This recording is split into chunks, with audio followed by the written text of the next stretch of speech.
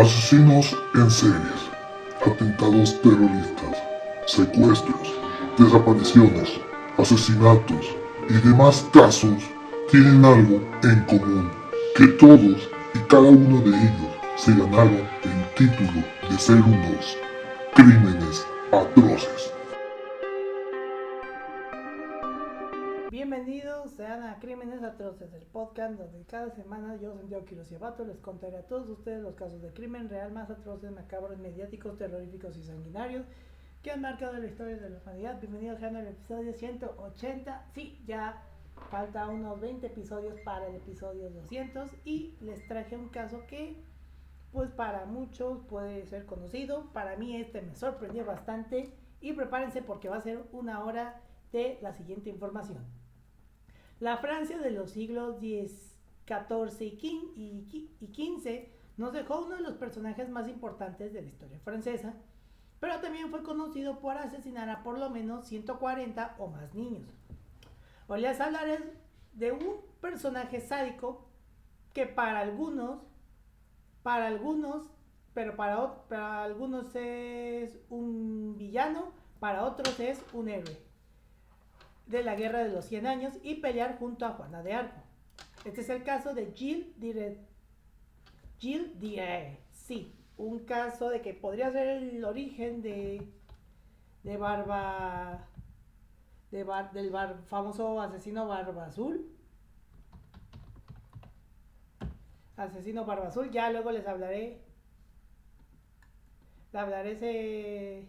eso más adelante, pero pues primero conozcamos un poco pero antes de eso conozcamos un poco su origen. Miren, va a empezar. Gilles de Rais nació en una habitación llamada la Torre Negra en el castillo de Champtocé en una fecha desconocida. Su fecha de nacimiento ha sido fechada de forma variable entre 1396 y 1406 y más frecuentemente hacia finales de 1404. Sin embargo, probablemente no nació antes de 1405, dado los retrasos causados por los procedimientos legales ante el Parlamento de París que condicionaron el matrimonio de sus padres, según el archivista paleógrafo Maté Casacú, cuya interpretación ha sido aceptada por varios medievalistas, o sea, es gente que estudia la historia medieval. Además, un documento de archivo indica la edad de Gilles, que es de 14 a 15 años, en febrero de 1422. Bueno, por lo general siempre les comento sobre algún asesino, su fecha de nacimiento, pero en este caso es desconocido hasta la fecha. El hermano menor de Gilles, René, probablemente nació en 1414. Obtuvo el señorío de la Suez cuando su hermano mayor le asignó su parte de la herencia el 25 de enero de 1434 ante el Tribunal Ducal de Nantes. Desde entonces René fue conocido como René de la Sauce, elevando así el nombre que llevaba la rama más joven de la familia Craon. La madre de Gilles y René, Marie de Craon, murió en una fecha desconocida, mientras que su esposo, Gao Lavalrés, murió después a finales de octubre de 1415 en Machecoul, aquejado de una grave enfermedad corporal, según los términos de su testamento. La causa de muerte de Guy de Lavalrés sigue siendo desconocida, aunque varios autores han supuesto erróneamente que fue destripado por un jabalí durante un accidente de caza. Una escena ficticia representada inicialmente en una novela francesa publicada en 1928. Igual, las fotos que verán en las notas en nuestras diferentes redes sociales también mostrarán diferentes variables de Gilles de Rais, así que no sabemos cuál es exactamente cómo lucía. Los dos hermanos huérfanos, Gilles y René, fueron criados por su abuelo materno, Jean de Craon, señor de la Suez y Champtocé. El hijo de Jean de Craon, Amaury, murió en la batalla de Anicourt en octubre de 1415. Un enfrentamiento del que presenciaron varios miembros de su corte, además de su único sucesor varón. Esto lo impulsó a hacerse cargo de los bienes de Gilles y René, quienes se habían convertido en sus únicos herederos. De esta manera, Jean de Craon, quebrantado quebrantó el testamento de Guy de Laval-Ries, que designaba a Jean III Tournement de la Unaudialle como tutor, custodio, protector, defensor y administrador legítimo de los dos huérfanos. Neta que con el episodio pasado, si en el episodio pasado vieron mis errores de pronunciación, en este episodio, como todos los nombres están en francés, también me voy a tener errores de pronunciación. Así que si alguien me escucha en Francia o conoce la lengua francesa, de una vez pido disculpas. El 4 de enero de 1417, Jean de Craon prometió en matrimonio a su nieto Gilles de Rais con Jeanne Painel, la rica heredera nómada e hija de Folqués VI Painel, señor de Jambi y Briquebec. Aunque el Parlamento de París prohibió el matrimonio hasta que Jean Painel alcanzara la mayoría de edad, este nunca se celebró por razones desconocidas. Jeanne se convirtió posteriormente en abadesa del convento benedictino de Lisieux. Jean de Craon prometió entonces a Gilles de Rais con una sobrina de Juan V, duque de Bretaña, Beatriz de Rohan, hija de Alan IX de Rohan y Margarita de Bretaña. El contrato fechado en Vannes el 28 de noviembre de 1418 no se llevó a cabo, posiblemente debido a la muerte de Beatriz. ¿Por qué razón? No tengo idea. Gilles de Rais primeramente se comprometió con su prima tercera, Catherine de Tourade, hija de Mil II de Tourade y Beatriz de Montjean. Además del obstáculo que suponía la consanguinidad de Gilles de Rais y Catherine de Tourade, que eran parientes de cuarto grado, surgieron disputas entre la casa de Craon y Mil II de Tourade, señor de Pousagues y Tifaugues.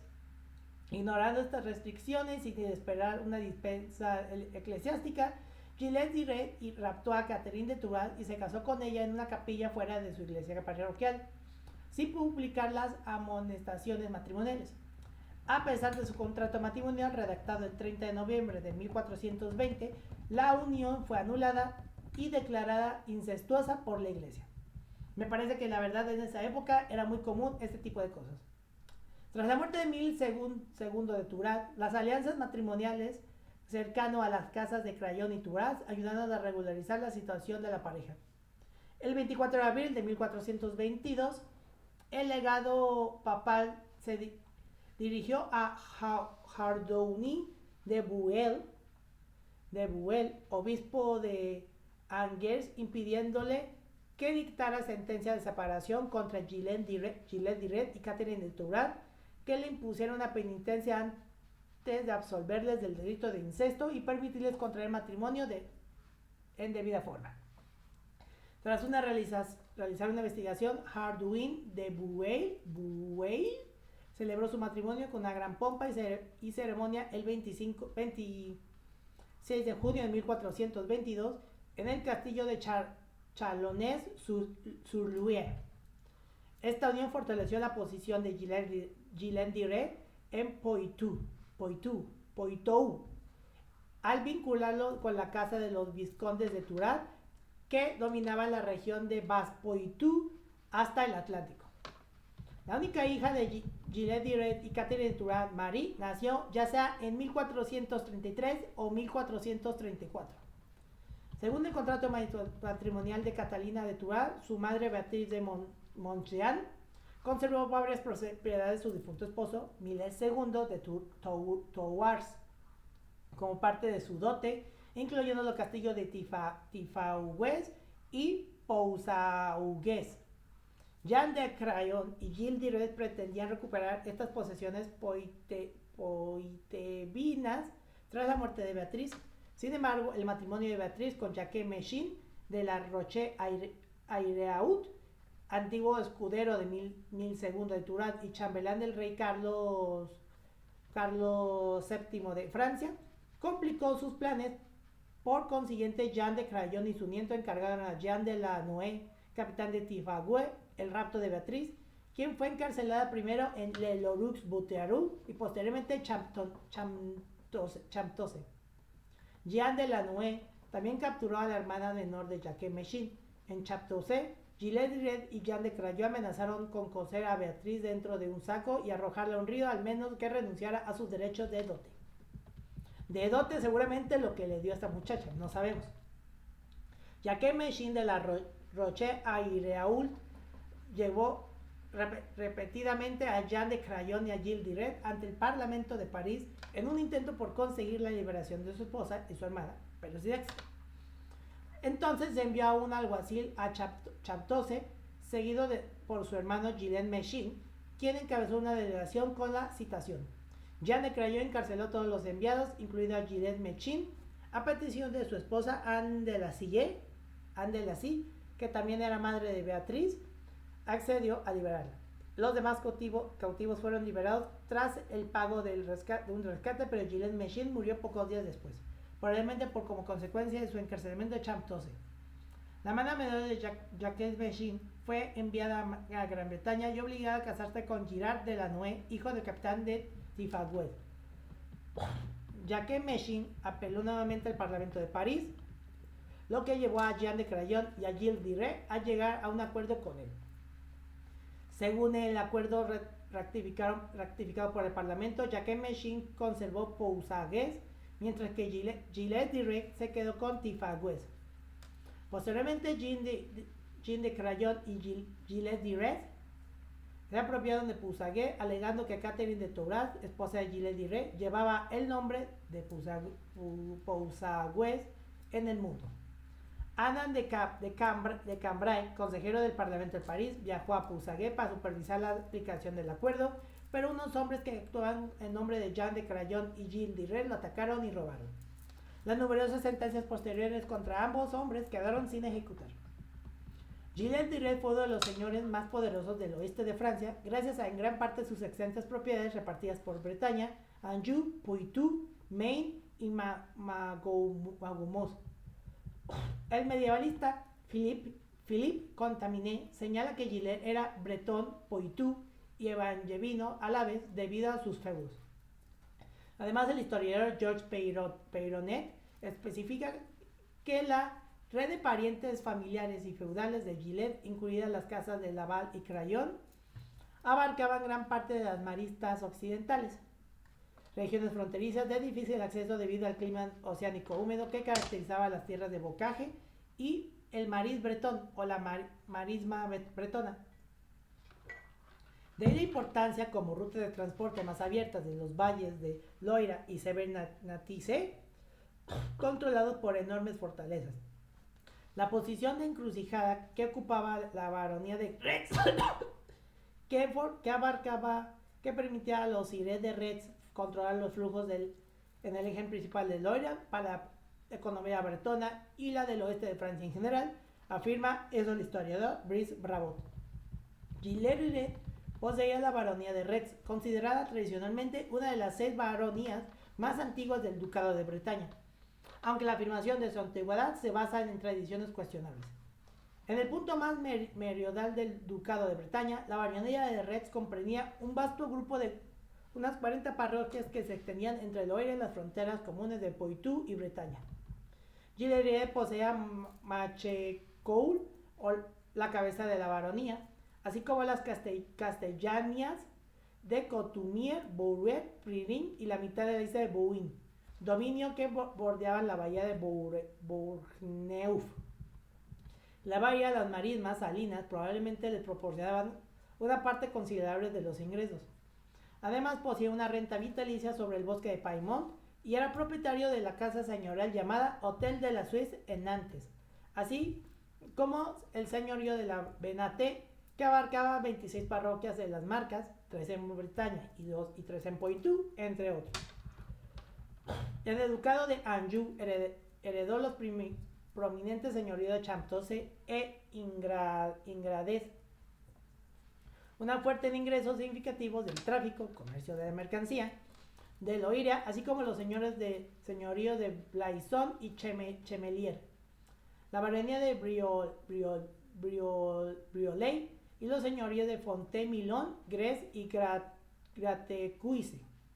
En Poitou poseía los señoríos de Cheneché, de la Boitun, Signon, Cloué, Chabanís y la tierra de Brul-Mignon.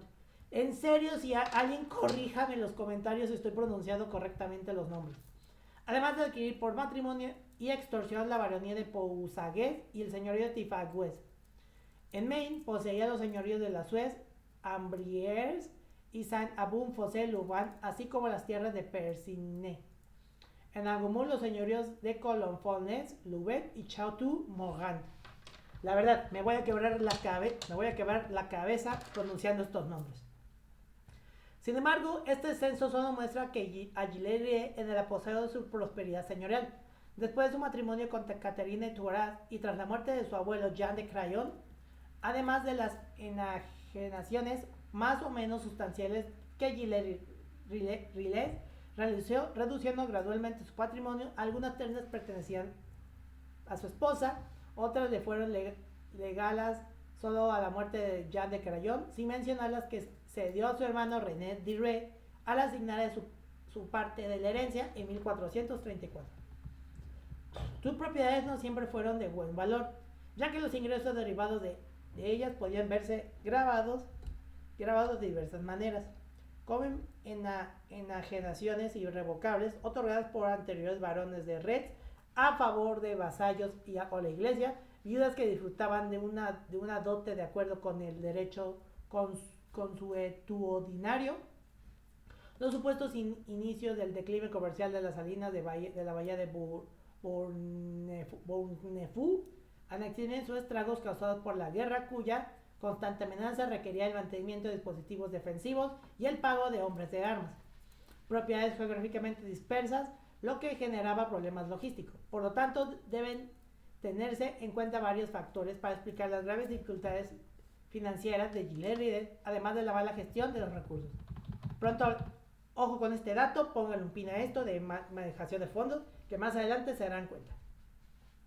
No es fácil estimar la precisión de sus bienes, debido a los registros fragmentarios o imprecisos, en peculiar el rendimiento de sus propiedades a pesar de su tamaño. Este es un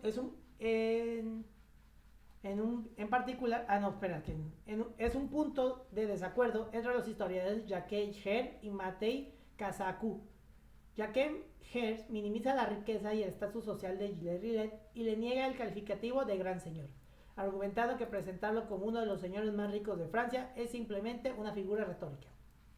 Por otro lado, Matei Cazacú cuestiona esta interpretación y reafirma el estatus de Gilles Ride como un gran, poderoso y suntuoso señor, con especial referencia a un breve redactado por los herederos de este último alrededor de 1461 a 1462. Este documento legal le atribuye a Gilles Ride una renta anual de 5.000 libras tornesas, que es la moneda de ese entonces, de las cuales 30.000 procedían de sus propiedades y casi 20.000 de su cargo como mariscal de Francia. Esta cantidad está muy por debajo de la renta de los príncipes contemporáneos, como los duques de Orleans, Borgoña y Berry, pero aún así sitúa a Gilles Ride en una de las posiciones privilegiadas, inaccesible para la gran mayoría de los señores bretones del siglo XV. Cualquiera que fuera la estimación, su fortuna resultó insuficiente para mantener su opulento estilo de vida en el espacio de tan solo unos pocos años. Recuerden que como no se conoce mucho sobre la vida de Gilles Ride, ni siquiera su fecha de nacimiento, así que todo lo que le estoy contando tienen que cogerlo con pincitas. En las décadas posteriores a la Gran Guerra de Sucesión Bretona, que duró de 1314 a 1364, la facción derrotada continuó desafiando el dominio de la casa de Montfort sobre el ducado de Bretaña. Mantuvo su pretensión al título ducal y conspiró repentinamente contra el duque de Montfort. En febrero de 1420, la casa de Pennevet, liderada por Margarita de Clisson y sus dos hijos Oliver y John, secuestró al duque Juan V, violando el tratado de Guarnadé. La conspiración recibió apoyo temporal de Carlos Delfín de Francia y futuro rey, que si conocen la historia de Juana de Arco, que le mencionaremos más adelante, sabrán por qué le dirán Delfín. La captura de Juan V desencadenó una nueva guerra civil en Bretaña. La duquesa Juana, esposa del duque, reunió a la nobleza bretona en apoyo de la causa de Montfort, incluyendo antiguos partidarios de Penthièvre como Jean de Crayon. El 17 de febrero de 1420 se unió a los demás señores reunidos para jurar defender a la duquesa y asegurar la liberación de Juan V. En represalia, las fuerzas de Penthièvre atacaron sus tierras y las de sus nietos, Gilles de Rais, destruyendo varias fortalezas, incluyendo el castillo de Mont-Achard. A medida que las fortalezas de Penthièvre caían una tras otra, las fuerzas de Montfort fueron ganando terreno gradualmente. Citaron el castillo de Champtocéaux en mayo de 1420. Durante el asedio, los señores bretones consiguieron la liberación de Arthur de Richmond, hermano menor de Juan V, del cautiverio inglés, para que dirigiera sus tropas. La familia Penthièvre finalmente liberó a Juan V y abandonó el castillo, dejando tras de sí documentos que implicaban al delfín. La fortaleza fue demolida posteriormente. El historiador Michael Jones considera este suceso un punto de inflexión crucial en la historia bretona del siglo XV. Fortaleció la autoridad de Juan V y sus sucesores, permitiéndoles consolidar un estado ducal cada vez más autónomo. La confiscación de las propiedades de Penthièvre también amplió considerablemente el dominio ducal, proporcionó a los duques de los medios para recompensar a sus partidarios con las tierras incautadas. En breve, tras liberación de Juan V, Jean de Crayon y Gilles de Rais, recibieron importantes concesiones en reconocimiento a sus buenos y notables servicios, aunque finalmente se convirtieron en pagos en efectivo. Gilles de Rais también pudo haber participado en la última gran campaña de la Guerra de Sucesión Bretona, posiblemente su primera experiencia militar, aunque esto sigue siendo objeto de debate porque no hay pruebas documentadas que confirmen su participación personal. Jean de Crayon y Gilles de Rais pudieron haber entrado posteriormente a la casa de Arthur de Richmond, hermano menor de Juan V. Mientras tanto, el reino de Francia subió nuevos reverses políticos y militares en medio de la guerra civil Armand-Borgoña y la guerra contra la monarquía Lancaster. No es el Lancaster que están pensando, otro Lancaster. En mayo de 1420, Enrique V de Francia obtuvo el reconocimiento como yerno y heredero de Carlos VI de Francia mediante la ratificación del Tratado de Troyes. Juan V de Bretaña continuó alternando entre la facción Armagnac y la casa de Lancaster, en un esfuerzo por preservar la independencia de Bretaña. A pesar de esta política, finalmente se adhirió al Tratado de Troyes en junio de 1422. El delfín Carlos se convirtió en rey de Francia en octubre de 1420. Continuó la guerra contra los ingleses para recuperar las tierras de la corona francesa. Jean de Crayon y Gilles de Rais pudieron haber participado en la victoria francesa de la Gravelines el 26 de septiembre de 1423 y la batalla de Verneuil el 17 de agosto de 1424, aunque esto sigue siendo especulativo. La derrota franco-escocesa en Verneuil debilitó aún más la posición política y militar a la causa Valois, agravando las consecuencias de la derrota francesa en Agnicourt casi una década antes. El rey Carlos VII de Francia se vio obligado a buscar nuevos aliados tras la batalla de Verneuil. Recorrió entonces a su suegra, Yolanda de Aragón, cabeza de la casa de Valois-Anjou, una rama menor de la dinastía reinante de Francia. Ella había estado trabajando desde 1423 para acercar diplomáticamente el reino de Francia y el ducado de Bretaña, con la ayuda de su vasallo Jean de Crayon, abuelo de Gilles de Rais. Aunque Jean de Crayon era un importante y rico señor angevino con numerosas propiedades en Maine, Anjou y Bretaña, su influencia en la corte ducal de Anjou parece haber comenzado solo en 1423 o 1424. Ante esto había pasado más tiempo en Bretaña e incluso había estado involucrado en disputas legales con los duques de Anjou por el condado de Brienne y la tierra de los condes de Roussy. La política de los angevinos finalmente elevó a Arthur de Richmond, hermano del duque de Bretaña, al rango condestable de Francia en marzo de 1425. Durante las reuniones y festividades que sellaron la alianza entre el Reino de Francia y el Ducado de Bretaña en Saumur en octubre de 1425, Gilles de Ride apareció en el séquito del rey Carlos VII, pero es posible que hubiera sido presentado a la corte real antes de la fecha. De hecho, el mismísimo mes, el Carlos VII defendió los intereses de Gilles de Ride pidiendo a Arthur de Richemont que devolviera algunas tierras bretonas al joven barón, específicamente a las propiedades del difunto Milés de Touraine, padre de la esposa de Gilles de Ride. Tras la conquista de Maine, la casa de Lancaster amenazó las fronteras del ducado de Anjou. Estas dos provincias francesas fueron reclamadas personalmente por Juan, duque de Bedford. Las propiedades de las casas de Laval y Crayon, parientes de Gilles de Ride, quedaron directamente expuestas a las incursiones inglesas. La guerra resultó desfavorable para Francia y Arthur de Richemont sufrió una aplastante derrota en la batalla de St. James en 1426. Aunque algunos investigadores mencionan la presencia de Gilles de Ride en esta batalla, ninguna fuente corrobora su presencia. Del mismo modo, es dudoso que Gilles de Ride y su futuro juez, Jean de Malestroit, se hubiera odiado tras el acontecimiento militar. Georges de la Tremouille, señor de Sully, se convirtió en el gran chambelán de Francia en junio de 1427. Pronto ganó influencia en el Consejo Real, mientras que surgió una amarga rivalidad entre él y Arthur de Richemont. El 19 de junio de 1427, Yolanda de Aragón nombró a su consejero Jean de Crayon teniente general de Anjou y Maine. Su nombramiento coincidió casi exactamente con el ascenso de la Tremouille. Este último también provenía de la casa de Crayon y como tal era primo lejano de Gilles de Ride. Probablemente en aquel entonces Jean de Crayon dotó a su nieto Gilles de Ride de un mentor militar, Guillaume de la Jumeillière, señor de Martin-Briand, también consejero de Yolanda de Aragón en la corte ducal de Anjou.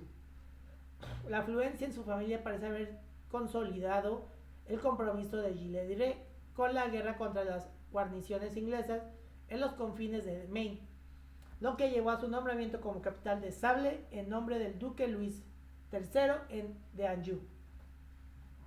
En cuanto a Juan V de Bretaña, que también estaba siendo atacado por los ingleses, negoció en julio de 1427 con Juan de Lancaster, duque de Bedford, regente inglés del reino francés.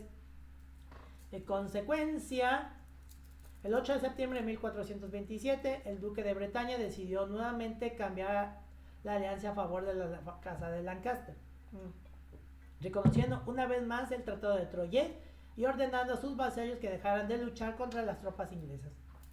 Junto al vizconde Alain de Rohan, el obispo Guillarme de Montfort y sus propios parientes Laval, Gilles de Ride fue uno de los señores bretones más notables que desobedeció a su soberano al permanecer leal al rey de Francia. Debilitando sus diversos fracasos militares, políticos, especialmente a la deserción de su hermano Arthur de Richemont. Arthur de Richemont cayó en desgracia debido a la falta de resultados de la alianza franco-bretona. Distanciado de Carlos VII, conservó el cargo de condestable, pero abandonó la corte francesa y entró en conflicto armado en la Tremouille sin aliarse con los ingleses. Las crónicas comenzaron a mencionar a Gilles de Ride junto con otros capitanes franceses en la segunda mitad de 1427. Llevó a cabo incursiones a lo largo de las fronteras de Maine en Ambrosie de Lore y su pariente Jacques de Dinan, señor de Beaumanoir. Sus incursiones contra las fuerzas inglesas permitieron a los capitanes franceses capturar la fortaleza de Ranfort en Genet. Gilles de Ride y sus compañeros comandantes cumplieron su promesa de perdonar a la guarnición inglesa después de tomar la fortaleza, pero ordenaron la ejecución de los hombres francófonos encontrados entre sus defensores. Esta acción puede ver reflejada fuerte sentimiento de identidad nacional dirigido contra los combatientes considerados como franceses renegados o franceses, es decir, partidarios franceses de la doble monarquía de Inglaterra y Francia. Es básicamente como si fueran los latinos por Trump, algo así. Los señores de Reims, Lord y Beaumanoir, posteriormente reconquistaron el castillo de Malicorne de los ingleses. Los capitanes ejecutaron a los defensores francófonos como habían hecho en Ramefort. Las crónicas medievales proporcionan una cronología incierta para estas operaciones, lo que hace imposible una datación precisa. En un enfrentamiento aparte, Gilles mató o capturó al capitán inglés Blackburn durante los combates en el Château de Lut, según los relatos contradictorios. El medievalista Boris Wood señala que las fortalezas cambiaban de manos con frecuencia debido a las débiles guarniciones y a los constantes cambios de señores locales, a menudo pertenecían a redes rivales. Ya ven que en la guerra se puede de todo. Gilles contribuyó con 100 escudos de oro para el rescate de su primo André Leloir en la primavera de 1428. Las fuerzas inglesas habían capturado al joven noble durante el asedio de Laval el 16 de marzo de 1428. La cárcel de Laval se comprometió a reembolsar a los muy queridos y amados primos y grandes amigos, que habían ayudado a conseguir su liberación. En junio de 1428 llegaron a Francia fuerzas inglesas adicionales. Estos esfuerzos citaron Orleans en octubre. Y aquí llega la persona con la que consiguió Gilles de Rais. En febrero de 1429, Juana de Arco, conocida heroína de la Guerra de los 100 años, llegó a Chinon desde Vaucouleurs para hablar con el rey. Gilles de Rais estaba entonces presente en el castillo de Chinon, al igual que los demás capitanes del séquito de Carlos VII durante la guerra. Un mes después, en una carta fechada el 8 de abril de 1429, firmada por él mismo y sellada con su sello, Gilles de Rais formó una alianza con su primo, el gran chambelán Georges de la Trémoille.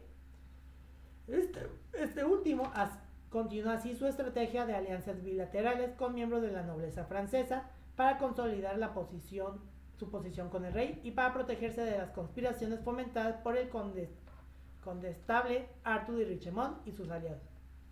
Gilles de Rais formó parte del Consejo Real desde 1429 hasta 1434, pero solo ocasionalmente debido a sus obligaciones militares u otros motivos.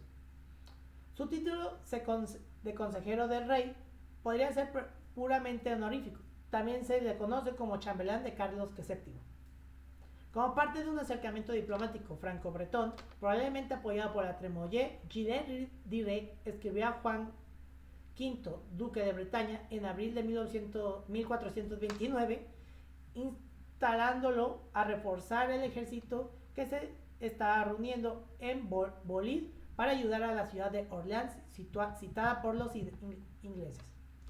Al mismo tiempo, después de ser interrogada por doctores franceses en teología en Chinon y Poitiers, Juana de Arco recibió autorización para acompañar al ejército de socorro en Orleans. El 25 de abril de 1429, la doncella llegó a Blois y encontró un convoy de alimentos, armas y municiones listas, así como una escolta de varias docenas de hombres de armas y arqueros comandados por Gilles de Rais y Jean de Bruce, mariscal de Bussac. La escolta incluía una compañía de soldados angevinos y manqueados pagados por Gilles de Rais, quien parece estar en el centro de esta operación, por los demás modesta. Afirmó eso el medievalista Philippe Contaminé. Gilles de Rais contribuyó al levantamiento del asedio de Orleans, en particular participando en el asalto a la bastión de Saint-Loup el 6 de mayo. Luego participó con Juana de Arco en la campaña de Loira, que fue en 1429, cuyo objetivo era reconquistar las ciudades ocupadas por guarniciones inglesas en la región.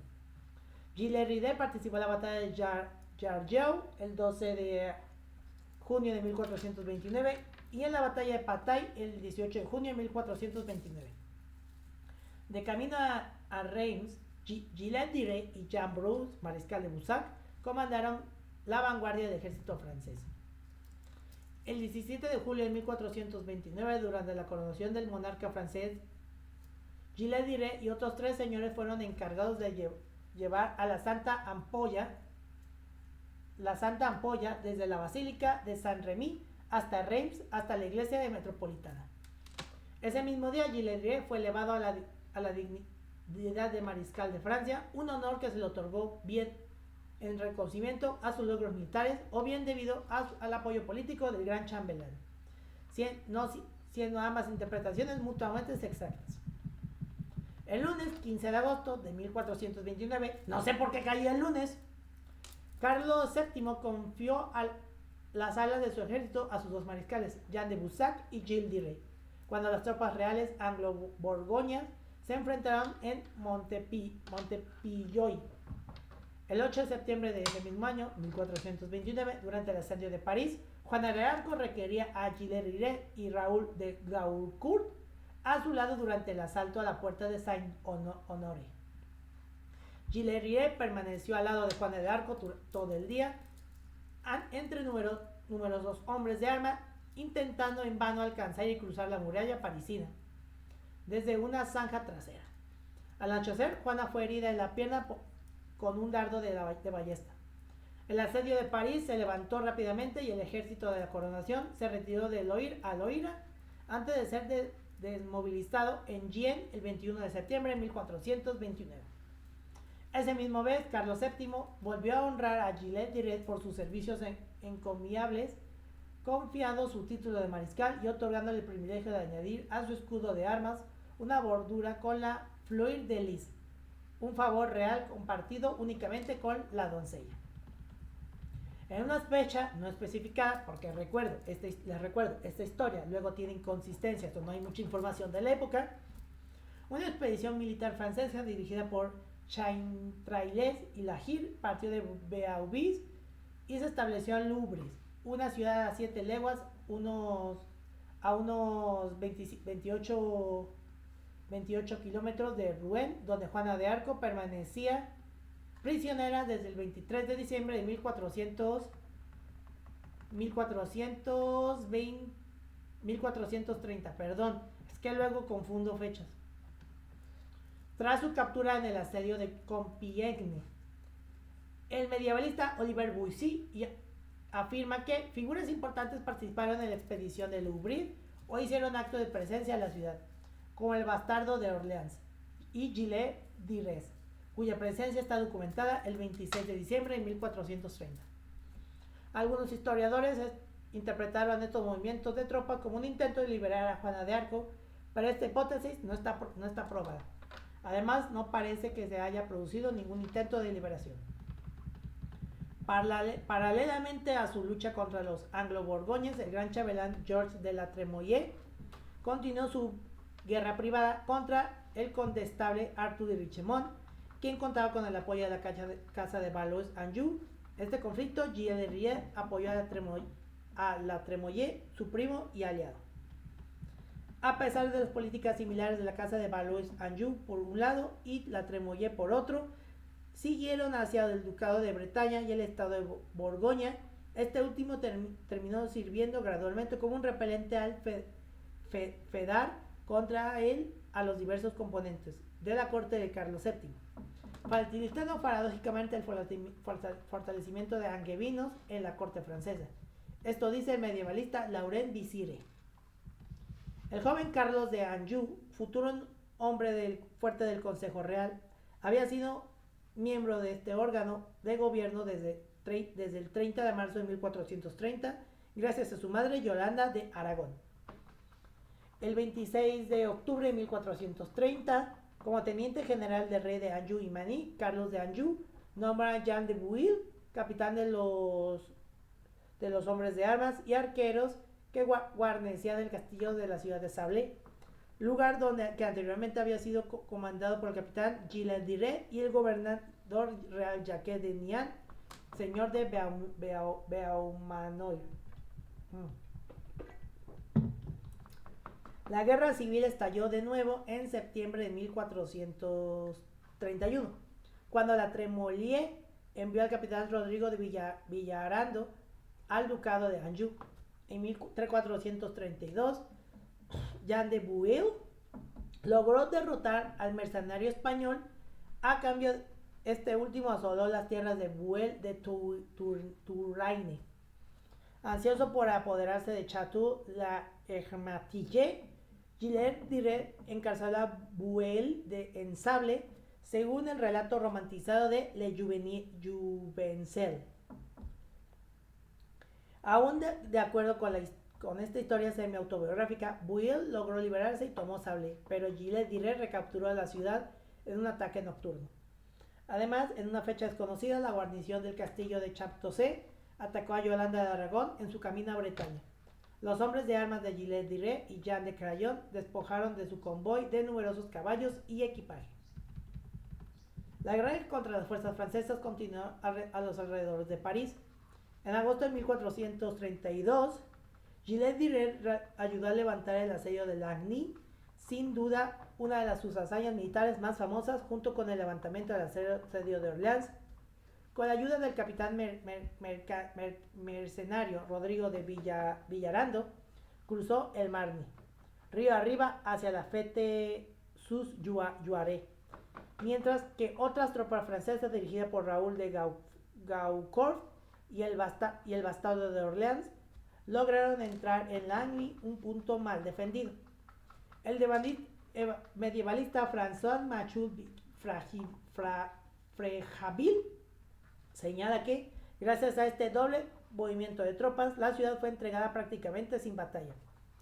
Ante la amenaza de los ingleses abandonaron las bastillerías y el puente que controlaban río abajo de Lagny, dejando gran parte de su equipo.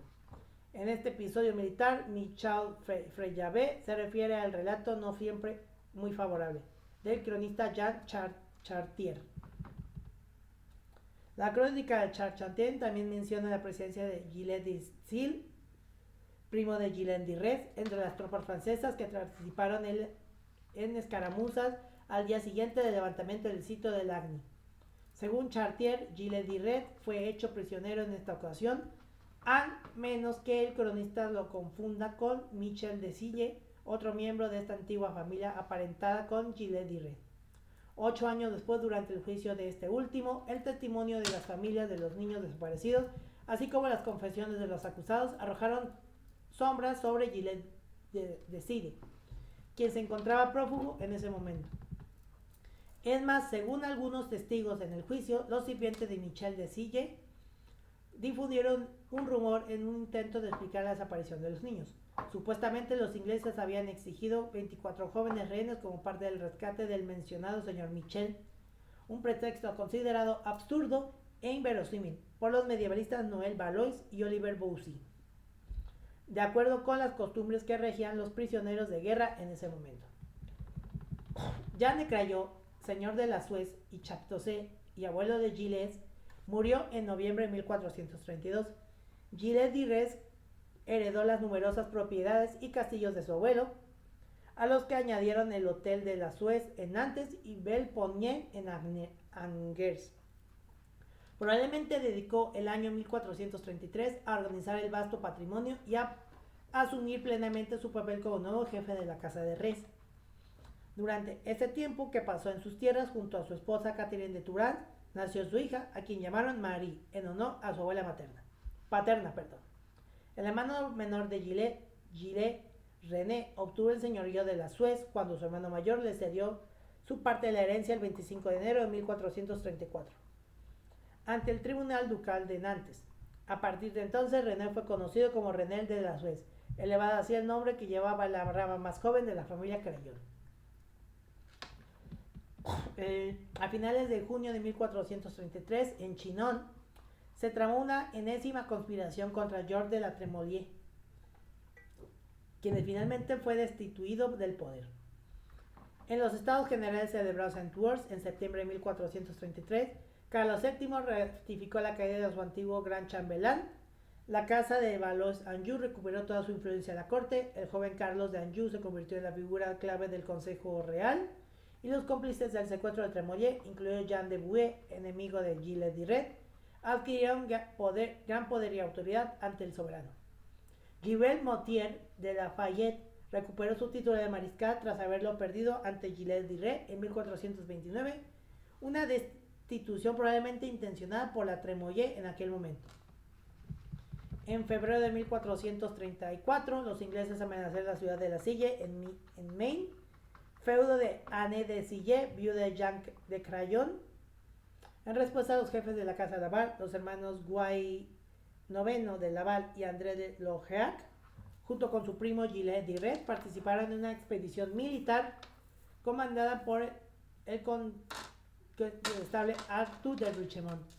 La vanguardia del ejército estaba al mando de los mariscales Pierre de Rude y Gilles de Rais. Este último, a pesar de su numeroso contingente de tropas, parecía aislado entre los señores presentes.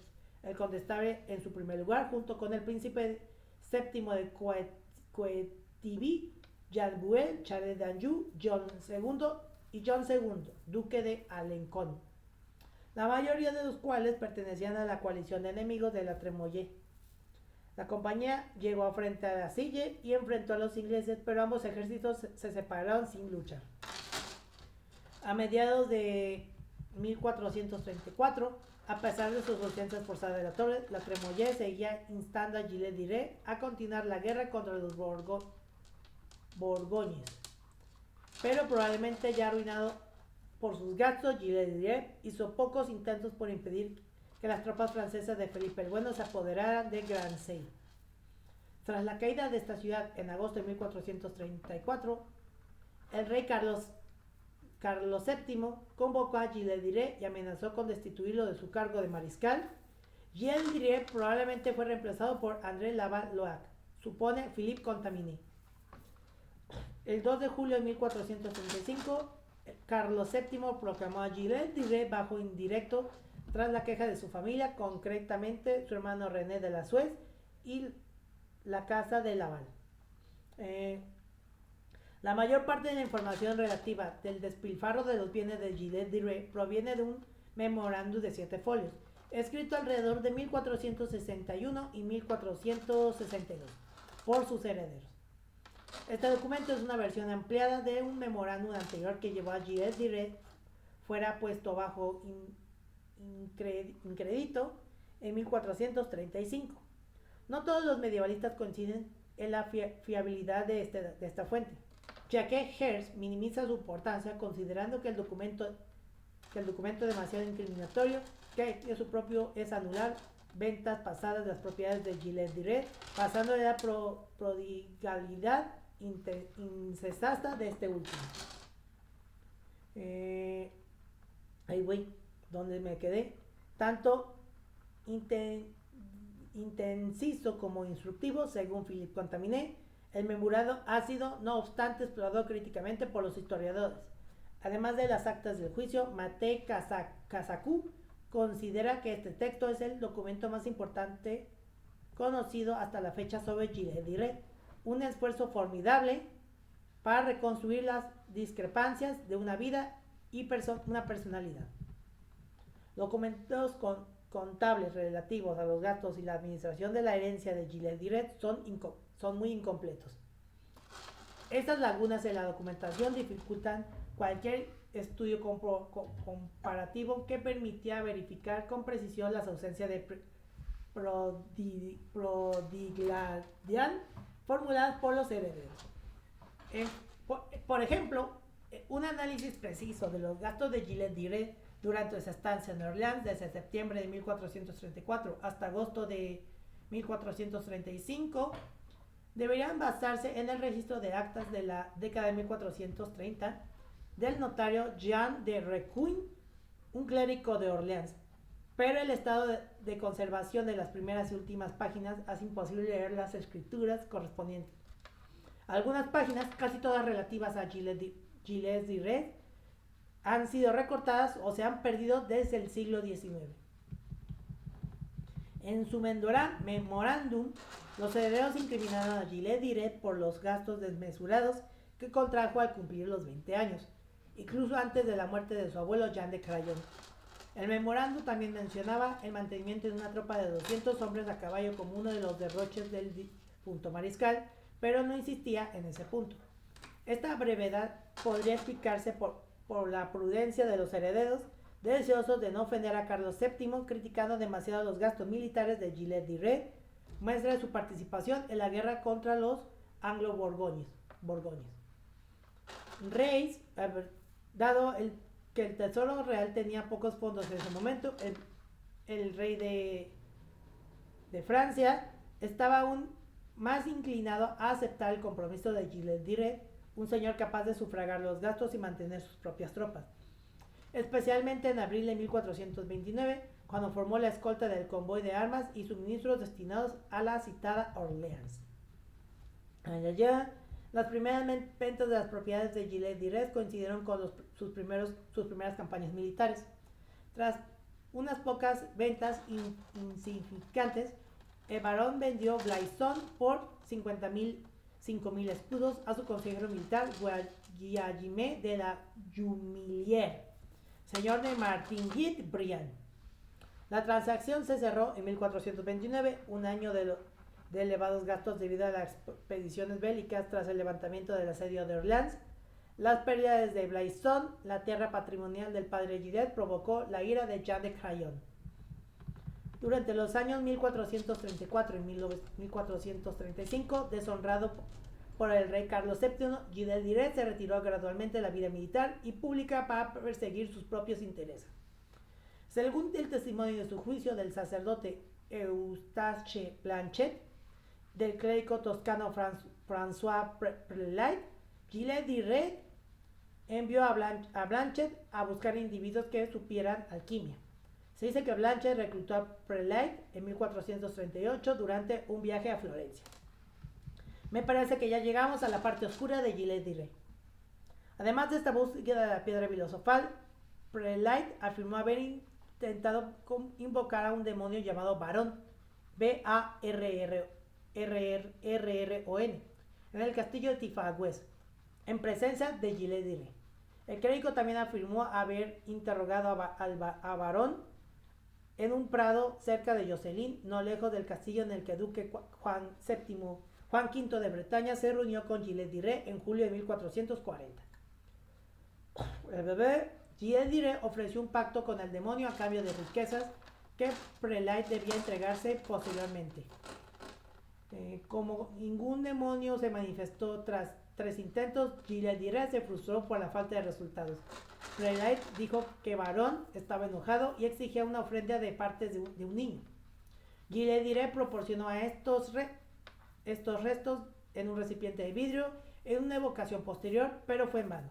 Los experimentos ocultistas lo dejaron amargado con su fortuna gravemente mermada. En su confesión, Gilles de Rais dijo que cometió sus primeros abusos contra niños en la primavera de 1432 y la primavera de 1433.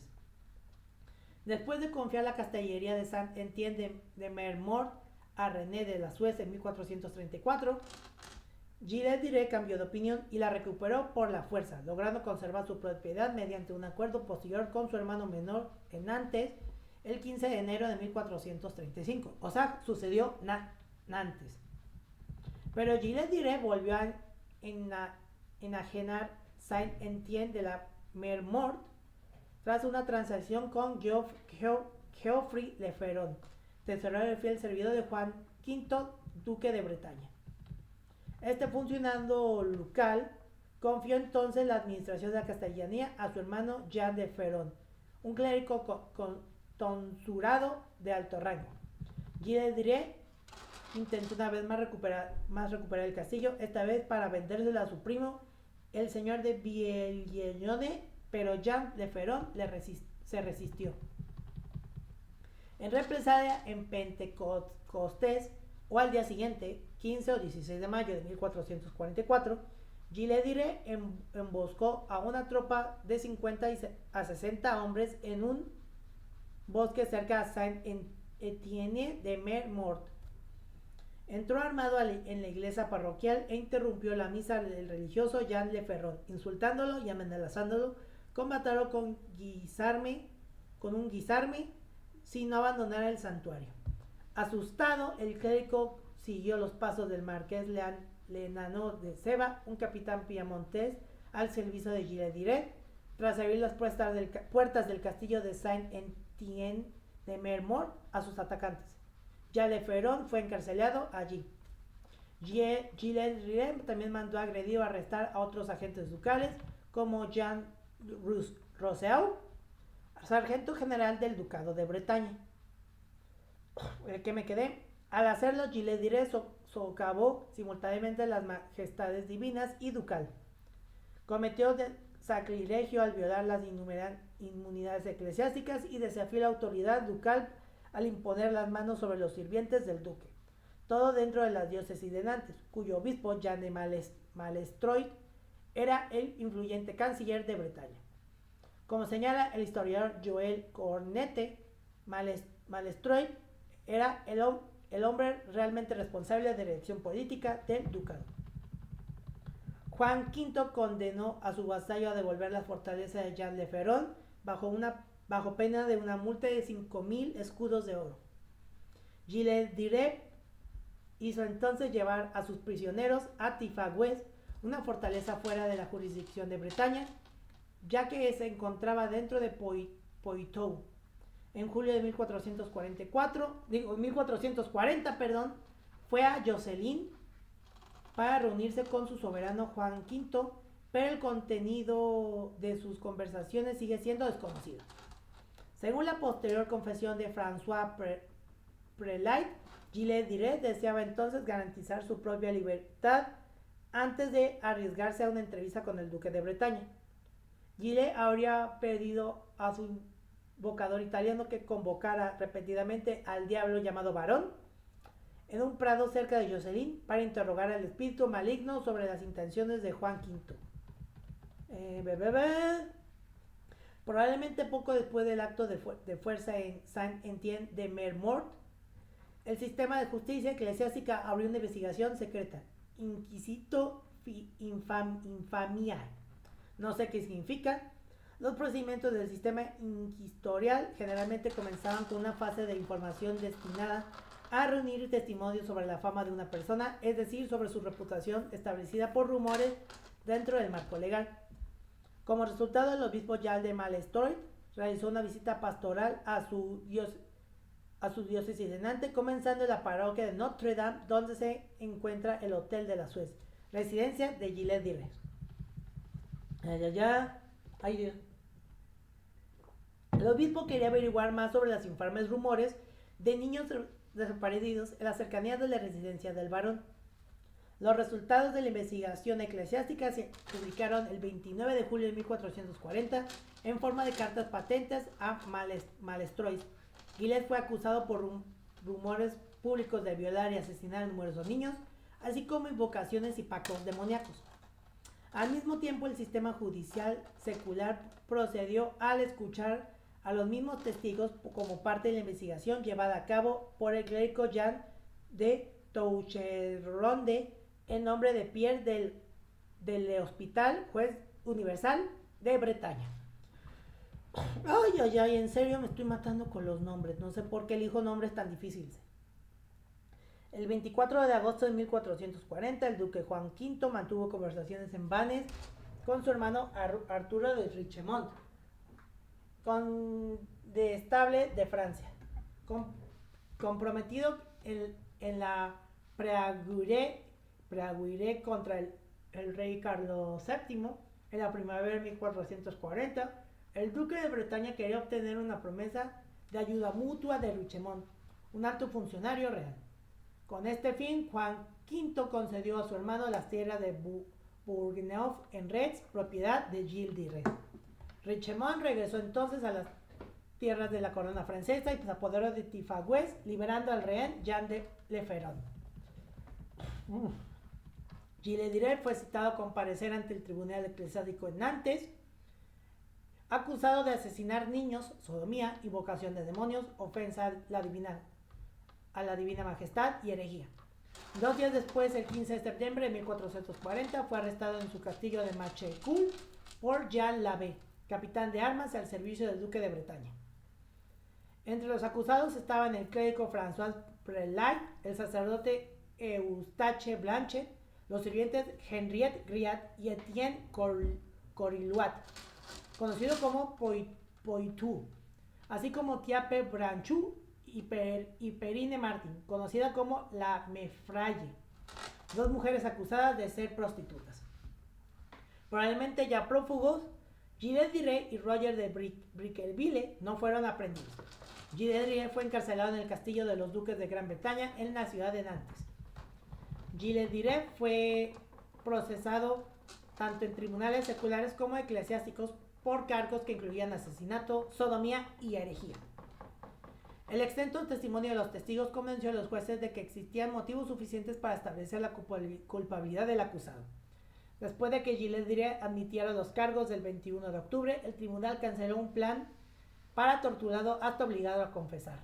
Campesinos de los pueblos vecinos habían comenzado posteriormente a hacer acusaciones de que sus hijos habían entrado al castillo de Gilles Diré pidiendo comida y nunca más se les volvió a ver. El 23 de octubre de 1440, el tribunal secular escuchó las confesiones de Poitou y Herniet y los condenó a muerte, seguido de la sentencia de muerte de Gilles Diré el 25 de octubre.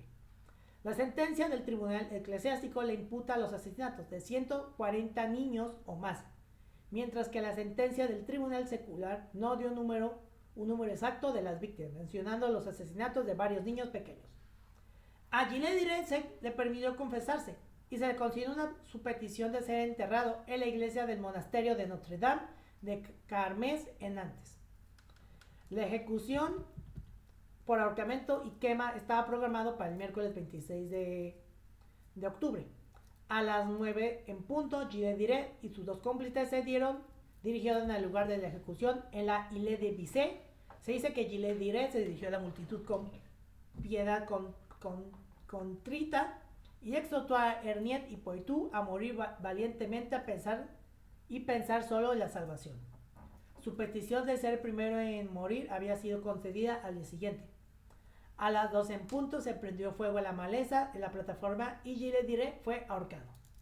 Su cuerpo fue descolgado y antes de ser consumido por las llamas y reclamado por 4 damas de alto rango para su sepultura, Henriette y Poitou fueron ejecutados de manera similar, pero sus cuerpos fueron reducidos a cenizas en las llamas y luego esparcidos. Hasta aquí pues ya terminó la vida de Gilles Diré, pero su historia continuó tiempo después.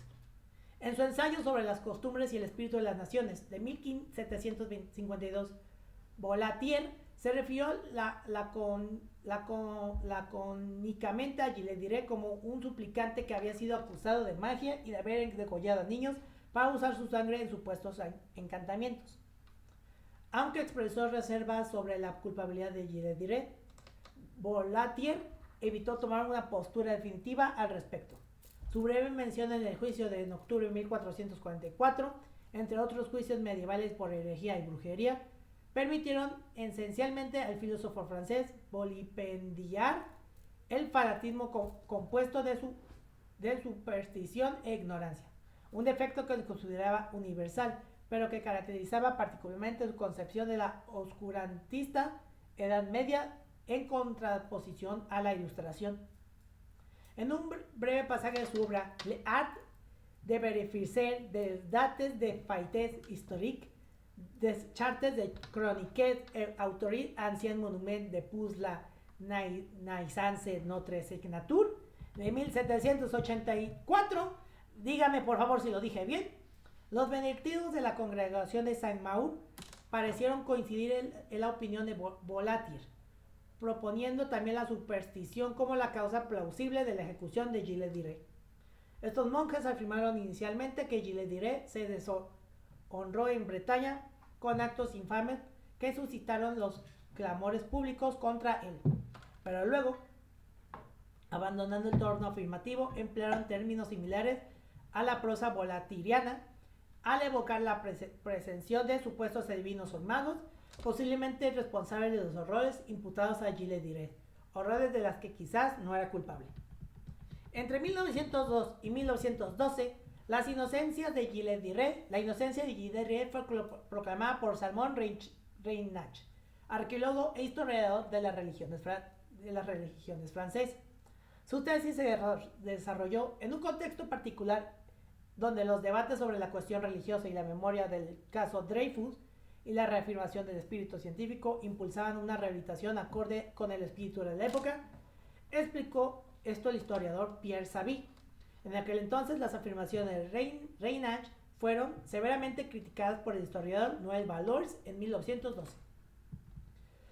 En la tradición volatiliana, el poeta y escritor francés Fernand Fleuret siguió los pasos de Reinach con la misma interpretación anticlerical para defender la inocencia de Gilles de Rais en 1921. Para la ocasión, Fleuret adoptó el seudónimo de Dr. Ludovico Hernández para dar credibilidad científica a su ensayo. En el siglo XX, la antropóloga Margaret Murray y el ocultista Aleister Crowley cuestionaron la implicación de las autoridades eclesiásticas y seculares en el caso. Una conferencia conocida como la Conferencia Prohibida, celebrada en Oxford en 1930, Crowley, un mago de la época y también inspiración para Ozzy Osbourne para crear la canción Mr. Crowley y gran inspiración en la mística de Led Zeppelin. Esto no tiene nada que ver con la historia, pero lo quise contar. Crowley defendió la inocencia de Gilles de Rais, a quien retrató como víctima de la Iglesia Católica. El ocultista lo describió como, cito, en casi todos los aspectos el equivalente masculino de Juana de Arco, cuyo principal crimen fue la búsqueda del conocimiento. Murray, quien propagó la hipótesis del oculto de las brujas, especuló en su libro El oculto de las brujas en Europa Occidental que Gilles de Rais era realmente una bruja y seguidora de un oculto a la fertilidad centrado en la diosa pagana Diana. La mayoría de los historiadores rechazan la teoría de Murray. Norman Cohn argumenta que es inconsistente con lo que se sabe de los crímenes y el juicio de Gilles de Rais. Los historiadores no consideran a Gilles de Rais un mártir de una religión cristiana. Otros estudios tienden a verlo como un católico renegado que recayó en el crimen y la depravación, cuyos crímenes reales fueron coincidentes con las confiscaciones de tierras. En 1959, Georges Bataille coeditó con Pierre Klosowski una traducción moderna al francés de las cartas del juicio de 1440. El libro incluía además una introducción y extenso apéndice en el que Bataille reconstruía la vida de Gilles de Rais. Bataille argumentó que los crímenes sexuales de Gilles de Rais son indudables porque los jueces del siglo XV no podrían haber ideado una trama tan compleja y precisa en su perversidad. Eso resume el historiador francés Yves Marie Berset. Así como la historia que les conté la semana pasada de esta Elizabeth Bathory, que posiblemente pudo haber sido acusada falsamente, lo cual no sabremos.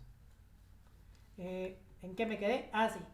Para Bataille, comprender tal comportamiento criminal y por lo tanto poder burlarlo seguía siendo imposible en la época medieval sin la posterior ayuda del Marqués de Sade y Sigmund Freud, cuyas obras exploraron estos abismos y obligaron a la humanidad a reconocer su existencia, a nombrar a esas virtualidades, añade Berset. Este último concluye que el enfoque del histórico de Bataille probablemente iba acompañado de un exorcismo personal, vinculado a su propia obsesión con la transgresión y el horror. Esto explicaría la necesidad de Bataille de creer la culpabilidad de Gilles de Rais para sobrellevar el vértigo que le produjo el siglo XX, afirma el medievalista Jacques Chifolea. En 1992, hace ya casi exactamente, ¿sí? Hace casi que 34 años, el poeta y novelista francés Gilbert Proutel publicó un libro que imaginaba un nuevo juicio moderno de Gilles de Rais. Su justaposición de textos narrativos, extractos de actas y cartas romantizadas y un diario ficticio llevado por Gilles de Rais, presentado como un erudito químico, alcohólico y apologista esteta de la pedofilia. Luego Proutel organizó varios eventos publicitarios. En noviembre de 1992 organizó un juicio simulado no oficial de Gilles de Rais en el Salón Clemenceau, un salón habilitado para liberar comisiones, cólicos y confesiones en el Palacio de Luxemburgo, para reexaminar el material fuente y las pruebas disponibles en el juicio medieval. Broughton dirigió un tribunal de arbitraje informal compuesto por abogados, escritores, exministros franceses, parlamentarios, un biólogo y un médico ante el juez Henry Jurami, quien declaró inocente a Gilles de Rais. Los comentaristas señalaron varias imprecisiones, ya que ninguno de los participantes buscó asesoramiento profesional de medievalistas cualificados. El medievalista Michel Ballard criticó a los promotores del intento de rehabilitación que buscaban lo sensacionalista, lo patético y lo sulfuroso en detrimento de la historia científica menos espectacular, pero más respetuosa de los documentos y más consciente de las posibilidades de los límites de la investigación histórica.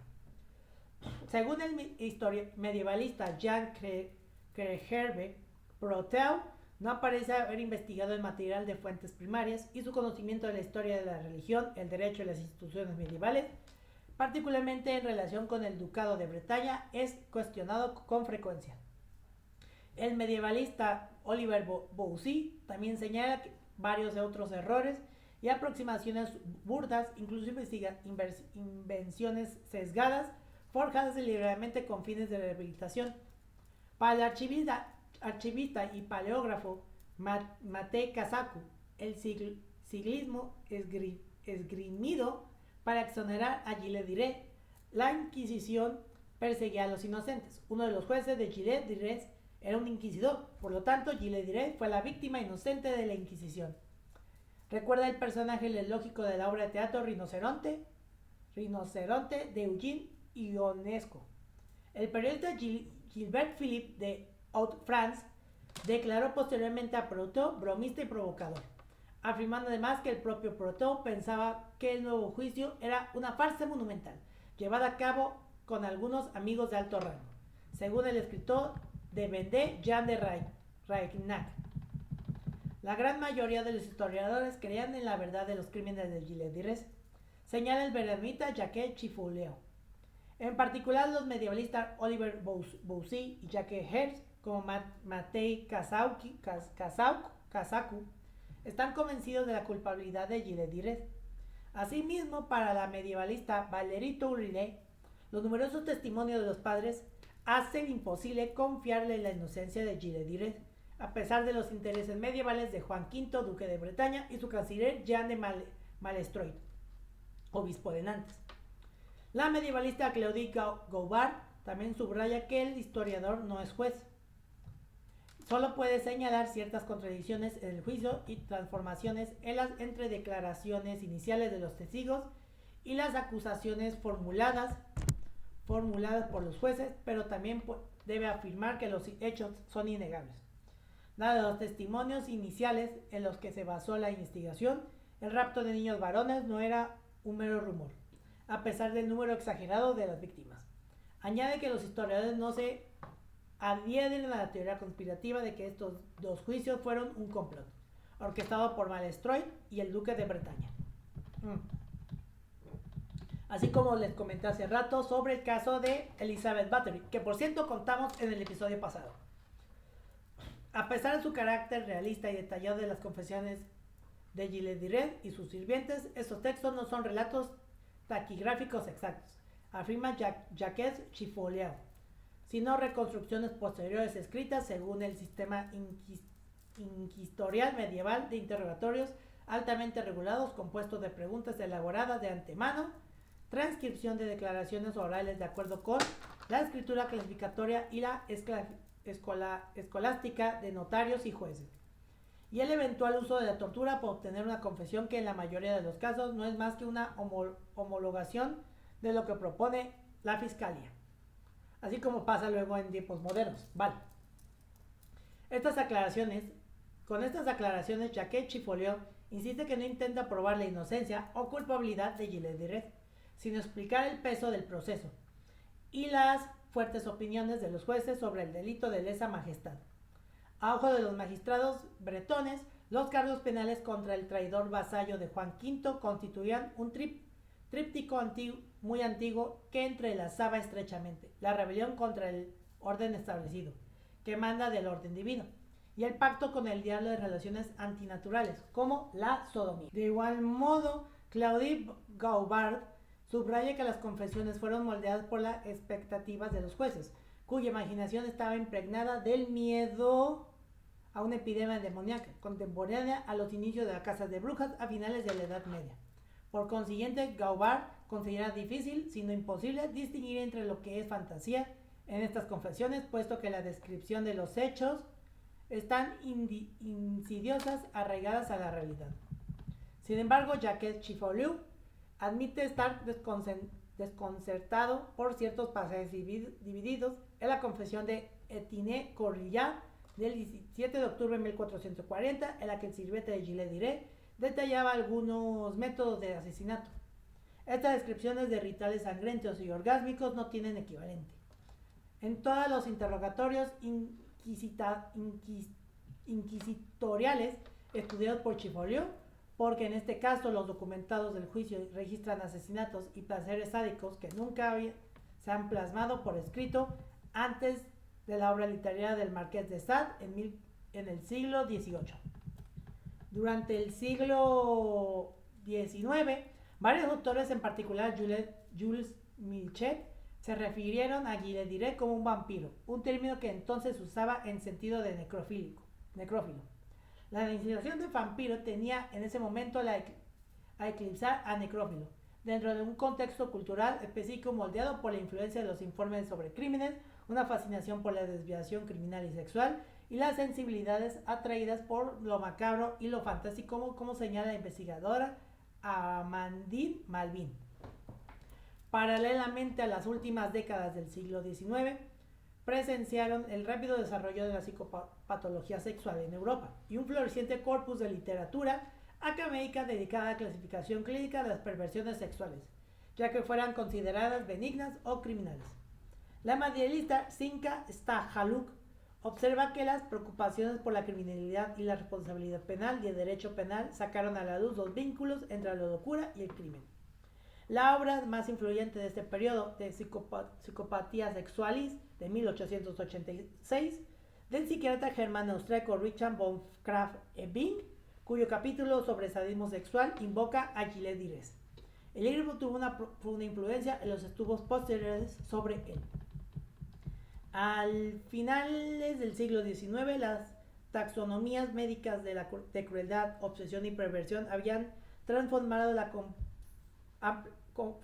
comprensión contemporánea de la reincidencia y más ampliamente allanaron el camino con una nueva categoría criminal que prefiguró el concepto moderno del asesino en serie. En Bachel le Inventeur et les crimes sadiques de 1899, el criminólogo francés Alexandre Lacassagne identificó a los grandes sádicos que cometieron crímenes repetidos, en los que incluyó a Jack el Destripador, Joseph Bacher y Gilles Diré, que por cierto, el caso de Jack el Destripador fue contado en el episodio 18 de este podcast. La imagen del hereje rebelde del siglo XV dio paso a la del criminal sádico, una transformación moldeada por narrativas científicas y periodísticas en ese momento crucial de la historia de la criminología. Gilles Diré llegó a ser identificado con los monstruos descritos en los informes policiales de Le Petit Journal y la Gazette des Tribunaux.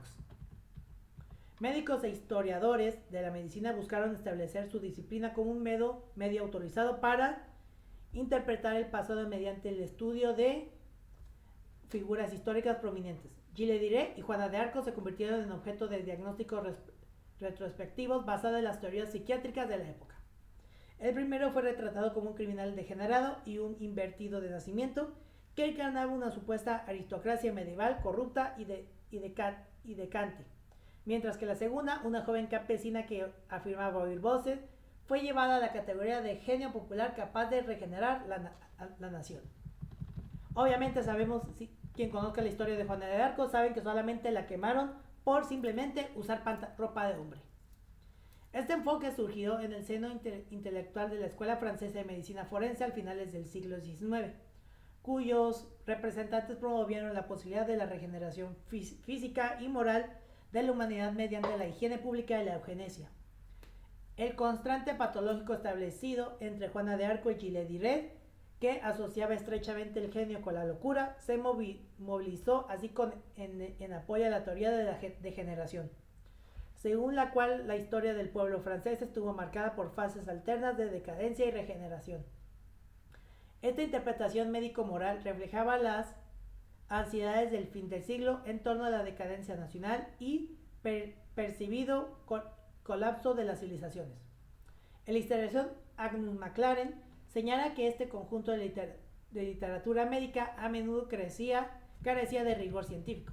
Como resultado, Gilles de Rais y el caníbal Antoine Leger fueron frecuentemente agrupados indiscriminadamente con sádicos y asesinos sexuales en colecciones superficiales y fetichistas en casos clínicos, presentadas como biografías moralizadas. Que por cierto, dejen en los comentarios si quieren que hable sobre el caníbal Antoine Leger. Los registros originales del juicio de 1440 permanecieron prácticamente inaccesibles para el público en general durante mucho tiempo, ya que se publicaron de forma gradual y fragmentaria por temor al escándalo. Ante estas circunstancias, varios autores se basaron acríticamente en Curiosité de la historia de France, de 1858, de Paul Lacroix, un relato en gran parte novelado del juicio. Esta obra pseudo-histórica adorna con detalles imaginativos destinados a cautivar a los lectores. También influyó en ciertos médicos a finales del siglo XVIII y al principio del siglo XX. Psiquiatras como Richard von Krafft Ebing y Albert Moll atribuyeron el sadismo de Gilles de Rais a la lectura de un manuscrito de Suetonio, cuyas miniaturas representaban emperadores romanos cometiendo violencia sexual contra niños. Sin embargo, esta interpretación surgió en una inversión literaria de Paul Lacroix, ya que ninguna fuente registra la presencia de dicho manuscrito en la biblioteca del barón. Como observa la medievalista Srinka Stachlav, la ficción ayudó a Gilles a pasar del discurso histórico al discurso médico. La narrativa dramática de Lacroix proporcionó convencientemente a los médicos una explicación científica para los crímenes de Gilles de Rais. El manuscrito ficticio del Suetonio también contribuyó a perpetuar la leyenda de Gilles de Rais como un noble culto, incluso erudito.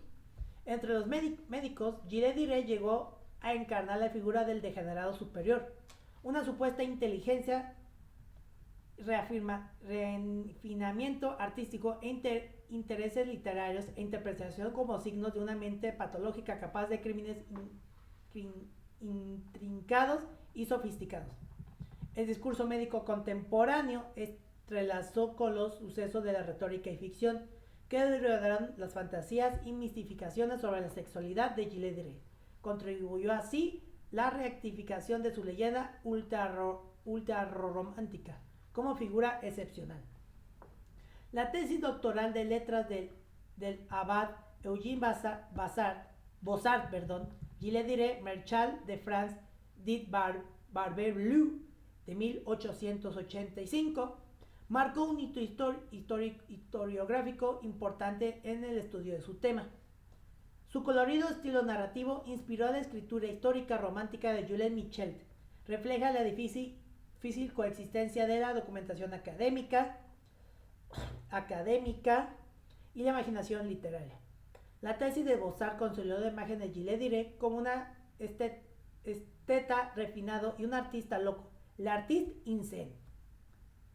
Esta representación encontró una de sus expresiones más influyentes en la novela La Base, de 1891, de Joris Karl Huysmans, que se basó en gran medida en la obra de Bossart y el retrato de Gilles de Rais como un hombre faustiano de letras, bibliófilo, místico extravagante y archisádico.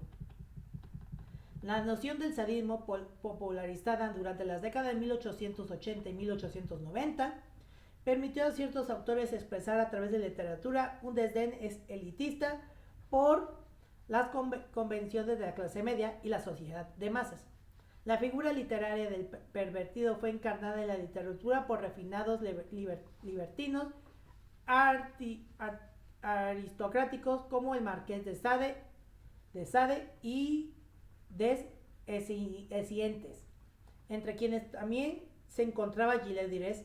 Irónicamente, el historiador Angus MacLaren señala que los individuos clasificados médicamente en aquella época como criminales sádicos, como Joseph Bacher, generalmente provenían de las clases bajas tan temidas por los escritores del movimiento decadenista. MacLaren concluye que los sádicos reales, lejos de ser poderosos superhombres sexuales, eran esclavos de su propio comportamiento compulsivo. Entre 1910 y 1934 aparecieron 3 diserciones médicas de Gilles Dires. Según el medievalista Jacques Chifalou, no dejaré de hablar de este tipo durante todo este episodio y no dejaré de hacerlo, escasas y decepcionantes. Estos estudios seguían estando fuertemente influenciados por las obras literarias de Paul Lacroix y Joris Karl Huysmans. En 1910, el doctor Agustín Camnes adoptó el seudónimo de Rondelet para firmar un artículo en el que disertaba sobre los tics faciales y la barba azulada de Gilles Dires, datos nacidos de la fértil imaginación de Paul Lacroix. En 1921, el poeta y escritor Fernand Fleuret a su vez se hizo pasar por un tal Dr. Ludovico Hernández con motivo de la publicación de un ensayo sobre Gilles Dires. Jacques Chifalou observa sobre esta erudición limitada, sobre todo el uso frecuentemente de seudónimos. Revelan que todos estos médicos o ensayistas que se hacen pasar por médicos, objetivos menos claramente científicos, quizás un deseo menos directo de atraer a coleccionistas de curiosidades llenas de sexo y sangre bajo el pretexto de análisis médicos. Más recientemente, la psiquiatra Marie-Laure Toussaint, el psicólogo clínico Nicolas Bermaud y James Panay, profesor canadiense de estudios culturales, han examinado el caso de Gilles Dires, recurriendo al psicoanálisis en su enfoque de la perversión, ya que Chifalou considera que estos intentos pueden ofrecer perspectivas analíticas interesantes, pero su lectura excesivamente literal de las actas del juicio no tienen en cuenta el papel fundamental del procedimiento inquisitorial en las condiciones en que se produjeron estos documentos judiciales. Además, siguen basándose en las partes más ficcionalizadas de la narrativa de Eugène Bossart, Joseph Bataille o incluso a veces Paul Lacroix, sin ser cautelosos, con lo que estos autores proyectan en ellas. Las interpretaciones modernas del caso de Gilles Dires se han basado en comparaciones con asesinos en serie y en conceptos como la pedofilia y la elaboración de perfiles criminales. La aplicación retrospectiva de estos conceptos han sido objeto de debate entre historiadores y criminólogos. Se han invocado comparaciones entre Gilles Dires y asesinos en serie modernos para refutar las afirmaciones de su inocencia, especialmente a través de paralelismos como figuras como Fritz Hartmann, que ya pronto tendrá su episodio, y Andrei Chikatilo, el carnicero de Rostov, del cual ya hablamos en el episodio 90. El medievalista Didier Lett, especialista en la historia de la infancia y autor de un estudio sobre la pedofilia y el abuso sexual infantil en la Bolonia medieval, defiende inequívocamente a Gilles Dires como un abusador sexual infantil, sádico, sodomita y asesino en serie. El historiador y archivero Matei Kazaku identifica a Gilles Dires varias características que los criminólogos asocian con los asesinos en serie. La edad relativamente temprana a la que se cree que comenzaron los asesinatos, entre los 27 y 31 años, una preferencia por un tipo particular de víctima, especialmente niños, así como una presunta comisión de actos ilícitos durante la infancia y la adolescencia y una propensión a la agresión y la violencia manifestada desde edad temprana. Además, subraya el carácter ritualizado de los crímenes, caracterizado por el uso repetido de métodos similares a la tortura y asesinato, ya sea llevados a cabo directamente por Gilles Dires o por sus sirvientes. con las víctimas tratadas como meros objetos. Según confesiones, estos actos incluían breves ahorcamientos seguidos de una suspensión temporal del abuso bajo el pretexto de bondad, fracturas del cuello infligidas con un palo, cortes en la garganta u otras partes del cuerpo, desmembramiento, decapitaciones con un braquemar, no sé qué es eso, violación de niños moribundos o ya muertos, una fascinación por la exhibición de órganos internos después del destripamiento y la contemplación de cabezas cortadas. Kazaku desarrolló un perfil psicológico desarrollado de Gilles Diret, utilizando el marco analítico empleado por los perfiladores del FBI. En un informe de 1990, hace ya 36 años, la clasificación desarrollada por Michel Benessec, psiquiatra y profesor de medicina forense de la Universidad de Burdeos. Según Kazaku, las técnicas modernas, cuando están disponibles, pueden proporcionar información útil, no deben descartarse. Si bien reconoce las críticas a este enfoque, rechaza la idea de que necesariamente confunda mentalidades medievales y modernas. No obstante, admite que las profundidades de la psique humana siempre permanecen insondables y que Gilles Diret se llevó su secreto a la tumba. El medievalista Claude Gaubard comenta sobre el uso de enfoques psicológicos observando que el historiador no es un psicoanalista, al tiempo que añade las perspectivas psicoanalísticas pueden no obstante ayudar a los historiadores a comprender el contenido de las confesiones y sus elementos del delirio psicótico. El medievalista Jacques Chiffoliau cuestiona la aplicidad de las categorías criminológicas modernas en un caso del siglo XV. Sostiene que la psicología de Gilles Diret permanece para siempre inaccesible para nosotros. Basándonos en la escasa evidencia disponible, nunca podremos saber si clasificaría como asesino en serie. Argumenta que la noción de una estructura perversa, casi atemporal, guarda solo una relación lejana con la triple acusación medieval de rebelión, pacto con el diablo y relaciones antinaturales. Así bien, las confesiones de Gilles Diret pueden parecer reflejar la combinación de psicosis y perversión narcisista característica de los asesinos en serie contemporáneos. Para Chiffoliau son más esclarecedoras de los mecanismos de justicia política y los marcos institucionales del siglo XV, que de la pedofilia y el asesinato en serie en la baja edad media. El ensayista Michel Meurguet cuestiona la suposición de que los crímenes de los delincuentes modernos pueden esclarecer este caso premoderno. El sociólogo y criminólogo Aurélien Dillac advierte contra la aplicación de esta categoría moderna de asesino en serie a autores históricos de múltiples asesinatos. En su opinión, tal enfoque corre el riesgo de oscurecer los contextos, motivaciones y la trayectoria específicas que moldearon estos crímenes, al tiempo que crea la ilusión de un fenómeno históricamente continuo, convirtiendo al asesino en serie en una especie de comodín criminológico, dado que la categoría en sí misma es en parte producto de los desarrollos sociales e históricos del siglo XX. Su aplicación retrospectiva proyecta supuestos modernos sobre el pasado a expensas de la especificidad histórica. Al designar a Gilles Diret como asesino en serie, probablemente estamos reescribiendo su historia y reforzando la noción de que sus crímenes fueron una manifestación atemporal de un comportamiento humano universal. La historiadora Anne-Claude Ambrosi-Rendu rastrea las representaciones mediáticas contemporáneas de los agresores sexuales de menores hasta la convergencia de dos discursos que surgieron en las décadas de los 90 y 2000. Uno de ellos, que llegó a dominar el debate público a raíz de los casos d'Ortuz, Orteau y Angers, se centró en los violadores y asesinos de niños y las redes pedófilas. El otro se centró en la prevalencia de la violencia sexual cometida en entornos familiares, educativos y religiosos.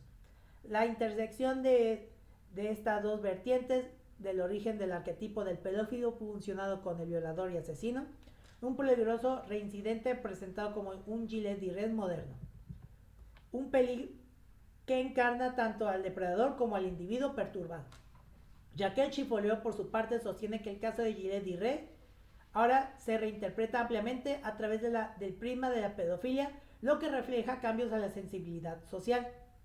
Lo que el siglo XV se entendía como una amenaza al orden público y religioso, ahora se interpreta principalmente en términos de abuso sexual infantil y protección infantil. Es posible que la historia de Gilles Dirac haya sido una de las influencias en el cuento literario de Charles Perrault, Barba Azul, incluido en Cuentos o Relatos del Pasado con Moralejas de 1697. Pero esta hipótesis se cuestiona por ser demasiado frágil. En cualquier caso, mucho después de la publicación del cuento de Mamá Ganso, el personaje de Barba Azul se fusiona frecuentemente con la leyenda histórica de Gilles Dirac desde el siglo XIX en adelante. Los informes de viajes y la literatura oral local y las actividades turísticas apuntan a una confusión popular entre Gilles Dirac y el asesino ficticio de su esposa, a pesar de las profundas diferencias entre ambas figuras. Según Matti Kasaku, la memoria colectiva se ha desplazado gradualmente en esta dirección, debido a la dificultad de transmitir el recuerdo del abuso sexual infantil.